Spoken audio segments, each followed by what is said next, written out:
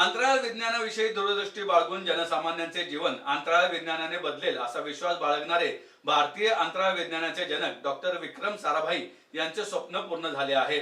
आज आपल्या सगळ्यांचे जीवन अंतराळ विज्ञानाने व्यापले आहे आणि ते समृद्ध देखील झाले आहे असं मत हैदराबाद येथील नॅशनल रिमोट सेन्सिंग सेंटरचे संचालक डॉक्टर प्रकाश चौहान यांनी व्यक्त केले। इस्रो अर्थात भारतीय अंतराळ संशोधन संस्था आणि विज्ञान भारती यांच्या संयुक्त विद्यमाने राबवल्या जाणाऱ्या अंतरिक्ष महायात्रा अर्थात पश्चिम महाराष्ट्र स्पेस ऑन व्हील्स या कार्यक्रमाच्या समारोप सोहळ्याप्रसंगी प्रमुख पाहुणे म्हणून डॉक्टर प्रकाश चव्हाण बोलत होते।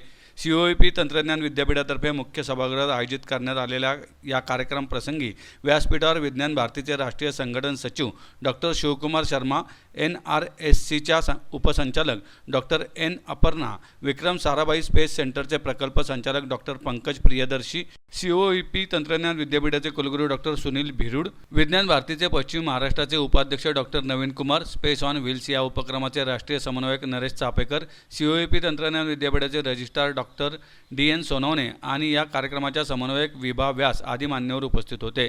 यावेळी NRSCचे समूह संचालक डॉक्टर MA फिजी आणि विद्यार्थी सार्वजनिक पोहोच सुविधा NRSCचे प्रमुख डॉक्टर R श्रीनिवास यांना सन्मानित करण्यात आले।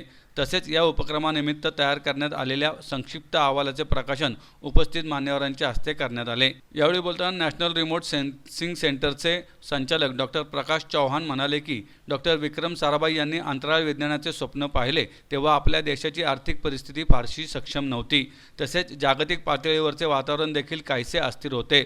मात्र साराभाई यांच्या दूरदृष्टीमुळे भारताने आज खऱ्या अर्थाने गगनभरारी घेतली आहे। अगर महाराष्ट्र की हम बात करें तो हमें महाराष्ट्र में ये सब सक्सेसफुल करने के लिए NRSC हैदराबाद से हमको जो सपोर्ट मिलता है वो इतना अच्छा है कि जिसके कारण हम आज तक ये अचीव कर पाए हैं। और आपको मैं आज बताने में खुशी होती है कि अभी तक हमने महाराष्ट्र के केवल 2 प्रांतों का प्रवास किया है और करीब करीब 10 लाख बच्चों ने इसका लाभ लिया। सो ये करते समय ये सफल होता है, इसका कारण केवल विज्ञान भारती के कार्यकर्ता ग्राउंड लेवल पे काम करते ऐसा नहीं है, हमें बहुत सहकार्य की जरूरत होती है।